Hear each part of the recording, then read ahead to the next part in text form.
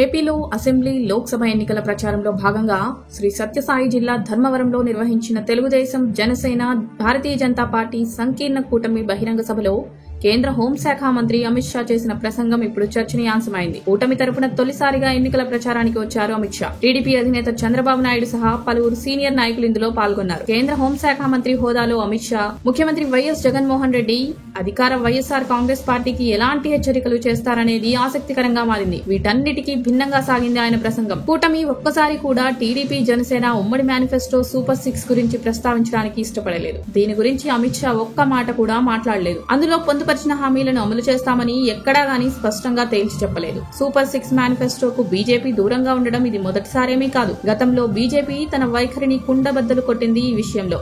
చంద్రబాబు నాయుడు, పవన్ కళ్యాణ్ సంయుక్తంగా మేనిఫెస్టో విడుదల కార్యక్రమానికి హాజరైన బీజేపీ సీనియర్ నేత సిద్ధార్థ్ నాథ్ సింగ్ దీన్ని పట్టుకోవడానికి కూడా ఇష్టపడలేదనే విషయం తెలిసిందే. అందులో పొందుపరిచిన హామీలన్నీ కూడా అమలుకి నోచుకోలేనివనే కారణంతో అప్పట్లో ఆయన చంద్రబాబు, పవన్ కళ్యాణ్ తో కలిసి దీన్ని ఆవిష్కరించడానికి ముందుకు రాలేదు.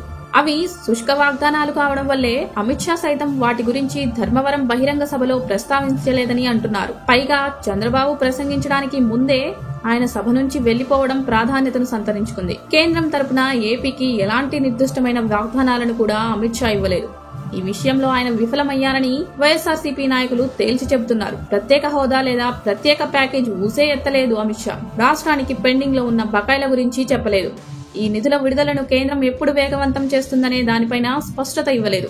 ఊహించినట్టే అమిత్ షా గాని, చంద్రబాబు గాని ముస్లింలకు 4% రిజర్వేషన్ల అంశాన్ని ఈ సభ దృష్టికి తీసుకొని రాలేదు. 4% రిజర్వేషన్లు కొనసాగిస్తామంటూ వారిద్దరూ భరోసా ఇవ్వలేకపోయారు. దాని స్థానంలో రామ మందిరం అంశాన్ని ప్రస్తావించడాన్ని వైఎస్ఆర్సీపీ నాయకులు గుర్తు చేస్తున్నారు. వైఎస్ జగన్ పై అమిత్ షా నేరుగా ఎలాంటి విమర్శలు చేయలేదని వైసీపీ నాయకులు చెబుతున్నారు. చాలా వరకు ఆయనను విమర్శించడానికి ప్రాధాన్యత ఇవ్వలేదని, జాతీయ స్థాయి అంశాల విషయంలో మాత్రమే వైసీపీ ప్రభుత్వాన్ని ఉద్దేశించి మాట్లాడారని అంటున్నారు. ఈ ఎన్నికల ఫలితాలు తమకు అనుకూలంగా ఉండడం, భవిష్యత్తులో తమ అవసరం రావచ్చనే కారణంతోనే అమిత్ షా విమర్శలు చేయలేదని అభిప్రాయపడుతున్నారు.